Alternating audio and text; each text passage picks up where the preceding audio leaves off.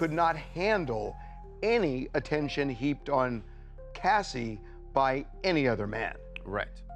And that was part of their argument around the videotape, which obviously they mentioned as well. They talk about that beating, and the government was setting up what they know that Diddy's side is going to say this was not about forcing her to stay. This was an argument about jealousy, about she thought I was, but on another phone number. So the government is trying to rebut that already. Right? Well, yeah, Saying, and the defense already came out of the gate in their opening statements addressing that. And they are saying that Diddy is a violent man. They said that he has a huge anger issue, controlling his temper. They said there's domestic, yes, they said yes. Let me show you this clip of LeBron James speaking about how much he loves a Diddy party. Hey, everybody know ain't no party like a Diddy party, so. Yeah. Ain't no party like a Diddy party. And so where is LeBron James, who has elected himself the mayor of speaking out when nobody cares to hear his opinion? Because if you're telling me that you use your platform to speak out when there are Black victims, there sure as hell seems to be a lot of them when it comes to Diddy. Me out. Is it plausible that the reason that LeBron James is opting to be so quiet is because when he read that lawsuit and realized that Diddy had cameras everywhere, unbeknownst to his party goers at these freak-offs, is it plausible that he's got LeBron James doing something that he wouldn't want made public? I don't know. I'm just asking questions. I'm just asking for the king to use his platform to speak to us peasants. And that's all I'm saying about that. Oh, that's LeBron. That's LeBron.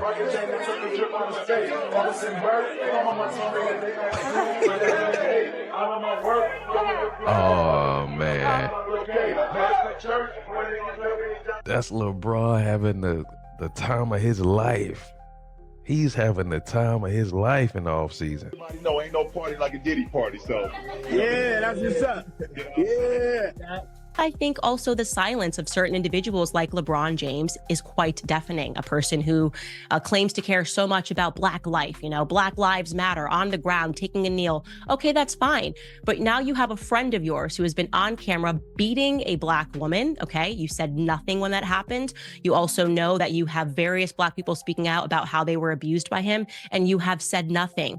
So I don't like the hypocrisy behind that. It might be a good time to use your platform. I'm calling out the hypocrisy and the double standard of that. If LeBron James had kept his mouth shut on every other issue and said nothing, I wouldn't be like, hey, why is LeBron James being quiet on this issue? I'd say he doesn't typically weigh in on anything, so it wouldn't make sense to put pressure on him to do it. It's the exact opposite. I'm saying keep the exact same energy that you have had on every other Black issue when it comes to your door and it pertains to a friend of yours that you were partying with. I think that's pretty sensible. One thing that really stands out that she says is that at one point Diddy had a knife inside her mouth and then says, I'm going to give you a Glasgow smile, which is, slitting someone's cheeks. But he's warned against it by a member of his team, saying Diddy's associates would prefer it if she, referring to Ashley, looked normal. She also says that they said to her they could ship her off and sell her to anyone in the world and she'd never be seen again by her parents or loved ones. Now, Ashley did make a police report in 2018 at the time of the alleged incident, and the Contra Costa Sheriff's Department confirmed her report was thoroughly investigated and it was determined the claims were unfounded. Diddy's team said Mr. Combs was nowhere near Orinda, California on the day that she claimed she was assaulted. There's no evidence that Mr. Combs was ever even in the same room as the alleged victim. She's completely unbelievable and no sane person who views the evidence will credit her story. Welcome back to Live Now from Fox. Our next story takes us out to the Big Apple as Sean Diddy Combs will be back in court today for day 2 of his trafficking and racketeering trial. Jury selection is set to resume with 19 jurors from the first day's pool moving on to the next stage. Fox 5 New York's Briella Tomasetti joins us live this morning outside the courthouse in Lower Manhattan with the very latest details. A lot of eyes on this case, Briella. Good morning. Gina, good morning to you. And I can tell you this, it's expected to be another busy day at court. As a reminder, yesterday, potential jurors were given a brief explanation of the charges. The judge also told them that the defendant is presumed innocent until proven guilty. Elaborate, sometimes days-long parties by coercing victims through drugs, threats, and manipulation. They claim to have video evidence, and some of the accusations echo details from over 70 civil lawsuits filed against Combs over the last 30 years. Mr. Combs feels A, he's innocent, which is why he's not going to plead guilty. B, he's going to be truthful about this case because he wants to portray that to the people who have loved him his whole life. And I think he also feels an obligation to people in general.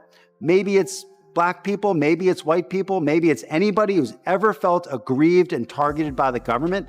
He feels an obligation to those people to say, you know what, maybe I can break the model. Maybe I can show the world that a Black man can win, in federal court. And I think he probably is the only person I know of who might be able to actually accomplish that. Panda is a secret code for a certain thing. And so when it comes down to that certain thing, what it is you basically have a certain nerve in your rectum, and if you touch that nerve, you can turn a person into an animal, you can turn a person into whatever you want them to be if you just hold them down. Music mogul Sean Diddy Combs back behind bars, a magistrate judge denying him bail, saying that there were no conditions that she could conceive of that would make her confident that he would appear again for other court appearances. The judge saying, my concern is this is a crime that happens behind closed doors. At trial, Combs will ditch the jail garb and wear ordinary clothes. As his lawyers argue, the evidence shows consenting adults being intimate in their own way. This is going to be such a massive trial, like maybe the biggest Hollywood trial. God knows which way it's going to go. Is it going to go on for weeks? For sure, weeks. Everyone knew he was the devil. He's been the devil for 30 years. He's been covered and protected by not only Clive Davis, but Lucien Grange. He was selected to be the demon that he is, to keep the culture in line so the industry could continue to rape it for all of its precious jewels. We have too many lost. The list of lost is ridiculous, and everyone knows Diddy was selected for this job. He's the Judas. The last hearing before Sean Combs' trial starts. When he walked into federal court today, he appeared to be looking for his family. They've pretty much been at all of the hearings that I've been to, but there was no presence of his sons or his mother or his sister who had previously been at those hearings. Now, as far as jury selection goes, I think the biggest takeaway for me is that both sides expect to have all of this done in the matter of 3 days. Now, given just how high profile this trial is, I was kind of stunned that they seem very confident that they will be able to seat a jury in that amount of time. Do you still think that, because there is this public perception, that there are celebrity tapes involved in this case? No. Do you still think that there are minors involved in this case? I'm certain no. Okay. And again, when you say this case, we're talking the criminal case.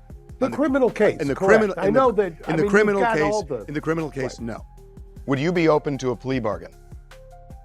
Well, it's not up to me. It's up to Mr. Combs, and I don't see it happening. Why? Because he believes he's innocent. He believes he's innocent, and what's more, he believes that he needs to stand up. Not just for himself, for his family, and for everybody who's been targeted by the federal government. We have the latest from federal court in the Sean Combs criminal case. Status of jury selection, what Diddy's going to be wearing, violation of a gag order, rejecting a plea offer. Diddy's lawyers had argued that he had made good faith efforts by showing up in New York, ready to surrender to face these charges, but prosecutors said that he could not be trusted, that he has a history of trying to intimidate witnesses, including some who are going to be witnesses in this case. They urged the judge to remand him.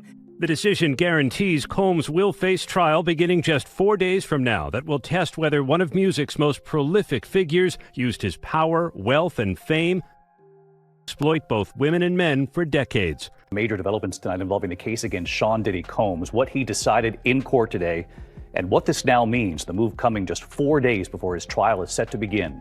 Here's Aaron Katursky. Tonight, Sean Combs makes it official. He's rejecting the government's offer to plead guilty and spare himself the possibility of a prolonged term in prison. When asked if he turned down the offer, Combs answered, "Yes, I do, Your Honor," as he stood in a baggy beige jail uniform. Terms were not disclosed, but prosecutors did say a plea could result in a shorter sentence for Combs than if he's convicted. Wow, you guys, if you thought it couldn't get any worse, it actually does. Diddy's being hit with another SA lawsuit, but this time from a former male employee. And he's saying that Diddy would touch him inappropriately. What made you come here to support Puff? I'm supporting Puff because he's innocent, and I wholeheartedly believe in his innocence, and I know he's innocent. So you say you know he's innocent? 1,000%. Isn't that, to my mind, that's one of the bigger hurdles in selecting a jury this coming week, is that there is, at least anecdotally, when I talk to people, they have that opinion, strongly held opinion, that there's celebrity tapes, that they've kind of conflated Epstein, and you mentioned Ghislaine Maxwell and all of these things into Diddy. There's this idea that somehow this is Epstein redux or something. He knows the deck is stacked against him. They've got a ton of evidence. Take the plea deal, dude. Just take it. Well, my guess is that, because we don't know the deal of the plea deal. At least I don't think we do. True. Okay. Back up a little bit, please. How can you support your father? How do you support him moving forward?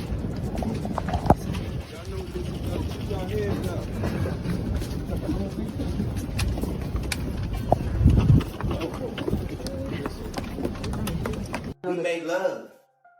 We made love. Who you made love with? Diddy, Bow Wow, Busta Rhymes. You that? Yes, TD Jakes is Kim Porter. So you tell me what they was doing. I'm not going to express how I feel about that because I don't. What happens is if people go into a trial believing the firepower on the prosecution is so strong, I mean, let's say on a scale of 1 to 100, it's a 95 that it's so strong, but it goes down to an 88. That helps the defense because everybody goes in thinking, wow, they're going to prove this, and they're going to prove this, and they're going to prove this, and all of a sudden, none of it's there. I think that actually helps the defense. Well, Bill and Sade, accepting a plea agreement would mean that Sean Combs would have to admit to trafficking and force. And today, he made it very clear that was not going to happen. Diddy maintained all along these encounters involved consenting adults and plans to take his chances that a jury agrees. She did, and when the judge did, Diddy, who was sitting at the defense table with his attorneys, did not show any signs of emotion. He took a sip of water before he was led out of the courtroom by the U.S. Marshals. Now, his lawyers have vowed to fight this. They are going to be back in court on Wednesday before the judge who will oversee this trial and try to get Diddy to be released. Day one of Sean Diddy Combs' headline-grabbing courtroom saga has finally roared to life. The scalding tea being poured inside those four walls could burn straight through a stainless steel mug. Before we break down every jaw-dropping revelation, do yourself a solid. Slam that like button, fire off a spicy comment, and slap that subscribe bell so you never miss a single tidbit from this blockbuster legal showdown. We're your front row ticket to every gasp-inducing moment, every side-eye from the jury box, and every stunned hush in the gallery, so stay strapped in until the very last second. Opening salvos from the prosecution didn't tiptoe around politeness for even a heartbeat. Within minutes, government lawyers unfurled a portrait of the bad boy mogul so searing it could lock him away for the rest of his natural life. Their storyline: Combs allegedly demanded that a male escort urinate in longtime companion Cassie's mouth. Yes, you heard it precisely right. And prosecutors insisted this obscene incident is merely the first pebble in an avalanche of degradation. They claim it illustrates how Combs exercised ruthless psychological control over the women orbiting his empire, enforcing obedience through humiliation that would make a medieval dungeon warden wince. Now let's dish on the jury drama, because the selection phase looked like a primetime reality TV finale spliced with legal thriller vibes. Assistant U.S. Attorney Marin Kamai bonus trivia. She's former FBI Director James Kamai's daughter, raised a string of bright red flags about would-be jurors. First up, a potential panelist who recognized 17 names sure to be dropped during testimony and practically sparkled with excitement, setting off alarms that he might harbor hidden allegiances. Then there was the fellow who swore jury duty would shave 30% off his paycheck, yet somehow seemed bizarrely cheerful about serving anyway. In other words, the prosecution suspected a covert agenda. A third candidate stumbled over English, voiced doubts about staying unbiased, and admitted his nephew spent time behind bars for at police officers. To top it all off, that name-recognizing juror said he religiously watched Making the Band, a show guaranteed to pop up when witnesses start reminiscing about Combs's empire. Predictably, defense counsel cried foul when 7 black jurors were struck, alleging racial bias. The judge, however, wasn't having it. He ruled every strike came with race-neutral logic and concluded the defense hadn't shown even a whiff of purposeful discrimination. Translation: nice try, counsel, but you're not scoring that appeal point today. With that decision, the trial barreled forward, propelled by a 12-person panel that appears prepped, at least on paper, to stomach some truly stomach-turning evidence. Then came Assistant U.S. Attorney Emily Johnson's opening, and the courtroom's tension vaulted into the stratosphere. She pivoted toward the defense table, finger extended, and declared that while the public celebrates Combs as a larger-than-life pop culture juggernaut, behind the velvet rope he commanded what she branded a full-fledged criminal enterprise. Johnson relayed an incident straight out of a psychological horror script. Combs allegedly kidnapped an employee and threatened Cassie, now a star witness, promising to release humiliating tapes if she dared step out of line again. That atomic bomb, Johnson warned, represented just the visible tip of an iceberg the size of Manhattan lurking beneath the surface. Let's peek at the charging document, which reads like a rap sheet scribbled in boldface. 1 count of racketeering conspiracy, 2 counts of sex trafficking by force, fraud, or coercion, and 2 counts of transporting individuals for illegal sexual activity stemming from that trafficking. Combs, for the record, pleaded not guilty to each allegation. Prosecutors assert the wrongdoing spans 2 full decades, roughly 2004 through 2024, and 2 of the 5 charges landed mere weeks before jury selection. For 20 years, Johnson told the courtroom, the defendant, shielded by a fiercely loyal inner circle, stacked crime on top of crime. That momentum is exactly why we're sitting here today. At the epicenter of the government's case are Combs's notorious soirees, events he allegedly dubbed F-offs, wild effing nights, or plain old hotel nights. According to Johnson, the Combs corporate engine footed every dime for these choreographed, drug-soaked marathons staged in luxury suites worldwide. Employees, she claimed, prepped each location to a meticulous spec sheet. Sultry lighting, pyramid stacks of fresh linens, and industrial vats of lubricant.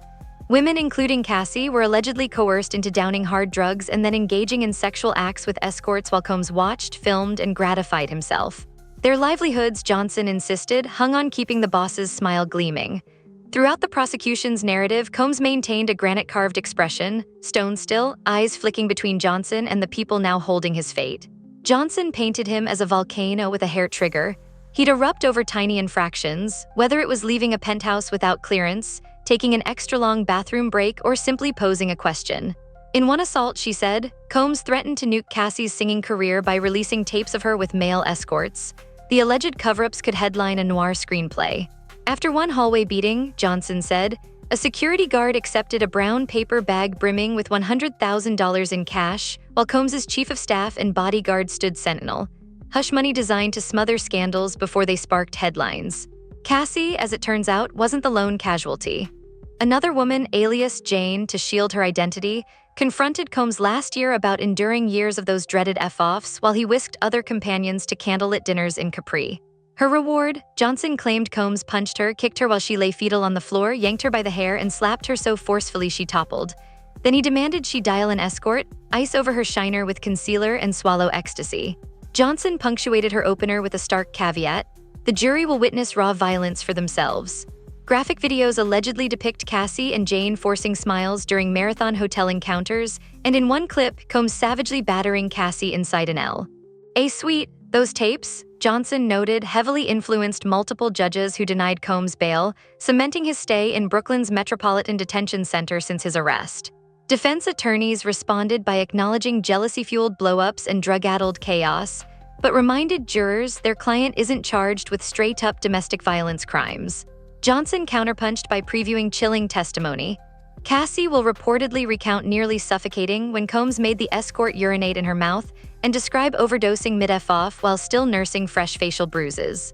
Johnson promised jurors they'll see and hear it all, unfiltered. Let's decode those counts for anyone not fluent in legal essay. Racketeering under RICO is typically reserved for mob bosses and cartel kingpins, so prosecutors effectively allege Combs transformed his celebrity machine into a coercive apparatus. Conviction on RICO can net decades, sometimes life, and each trafficking charge totes mandatory minimums measured in decades. Stack them and the potential sentence stretches deep into life without parole territory, hence why pop culture pundits are glued to every update.